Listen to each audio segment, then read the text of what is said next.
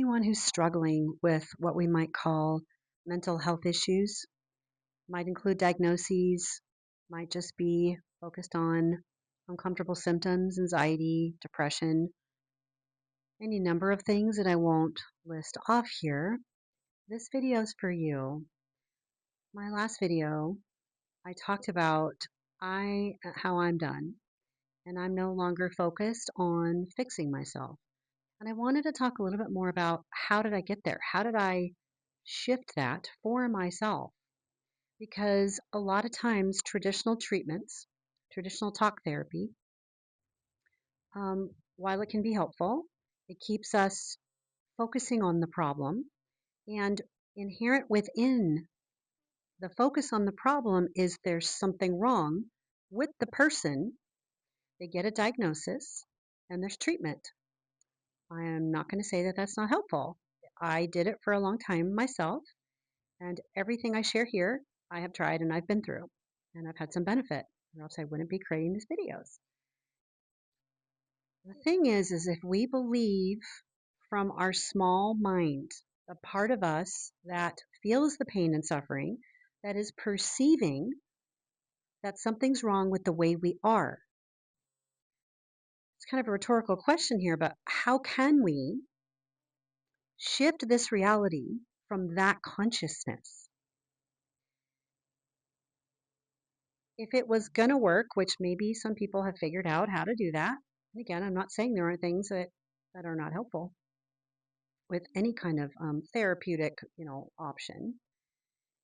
And all of us therapists do things differently. But now, like I'm offering on this channel content from the perspective of more of a spiritual coaching while drawing from my background as a therapist because I understand the challenges of anxiety, of depression, of the impact of traumatic experiences, but it does not have to define us. And what happens is we're so stuck remembering and focusing on the past.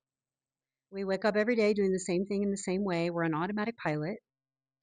And we're not going to get out of that by just focusing on what's going on with our thoughts or even naming feelings and just feeling feelings. It's how are we perceiving this? Is it a problem that I'm having feelings that I'm feeling? Oh, there's something wrong with me? We want the change so bad. And we want it so bad that inherent in it is that I'm stuck. There's something wrong with me. Why can't I figure it out? And it seems like other people do have it figured out, maybe. And a lot of times people are just doing a version of faking it till you make it, and it doesn't work very well. And pushing down feelings in general perpetuates them. I help people learn how to feel their feelings. Our feelings are not our enemy. And the key is to separate feeling your feelings from the story you're telling yourself about why you're feeling what you're feeling. Whether there's something wrong with you, you're blaming yourself, or you're blaming someone else, it's no one's fault. There's no one to blame. If we just take ownership of what we feel, and this is what I love about the heart coherence and the internal family systems um, framework, is you have an essence of you that is non-physical. There's a higher wisdom. When I became aware that I have an essence that is me, that does not have judgment. It is not tracking things. It's not trying to be good enough. It's just an essence of me, my spirit, my soul. And I didn't get there from cognitively believing it. I started there because I started listening to people, sharing their stories. And that's why I'm so passionate about sharing here. Because when we share what helps us get out of the box, people want out of the box, whatever the box is. My area of experience is in mental health, but chronic pain, like whatever it is, and it doesn't have to include a diagnosis, but often that's part of the experience of it. It can be very limiting, and it can be encouraged that we believe we're going to be dealing with it the rest of our life. I was definitely told that. Oh, you just have a disposition to be more anxious. You're probably going to have it the rest of your life. I'm like, well, even if now what I believe is even if I do, I am a generally deeply feeling person, and that includes anxiousness. But now my anxiety isn't a problem. There are days where I get frustrated with it if I'm trying to sleep. But now, if I get anxious, I immediately think and talk to my parts like, okay, what's going on? Something needs attention. It's signaling something, and it doesn't have to mean anything. So I help people shift out of those beliefs about this means something about me, and then instead letting go judgment, allowing it to be there. And when we learn how to do that, and I also teach this, and I have some guided videos that touch on this, but I will make more because one of the things that has helped me over the years is I really appreciate people going on YouTube with free content. Like, here's how we do it. And then sometimes we need more one on one and more one on one support.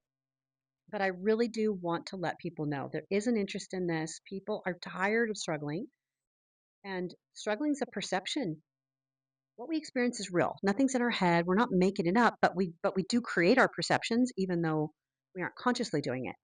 There's a lot of stuff going on out of our direct awareness, and when we can take back our power, which no one ever took it away, we just have parts of us that took over trying to survive. So we get out of survival mode. We learn to tolerate the feelings in our body. We shift away from the judgment. And what are we left with?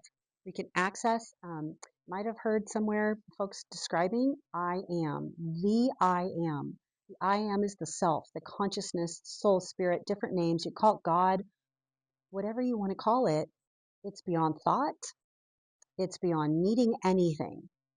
Because the basis at the core is you are enough. You are everything you need and more. You are everything you ever want to experience is already you. And if that doesn't feel true, it's because we are running by the consciousness of the parts that are looking outside of ourselves for answers, for love, to be validated, all of those things. And the internal family systems and the true self are the key aspects that have shifted everything for me and in my work with clients. When you realize who and what you truly are is not your thoughts, it's not your beliefs, it's not your worries, it's not your circumstances, it's not your past, it's none of those things. And it's really beyond description. And it is connected in to meditation, not the kind of meditation that tries to get you to clear your head, like a meditation that has no shoulds. It's just literally like allowing the thoughts to be there, noticing the thoughts as an observer.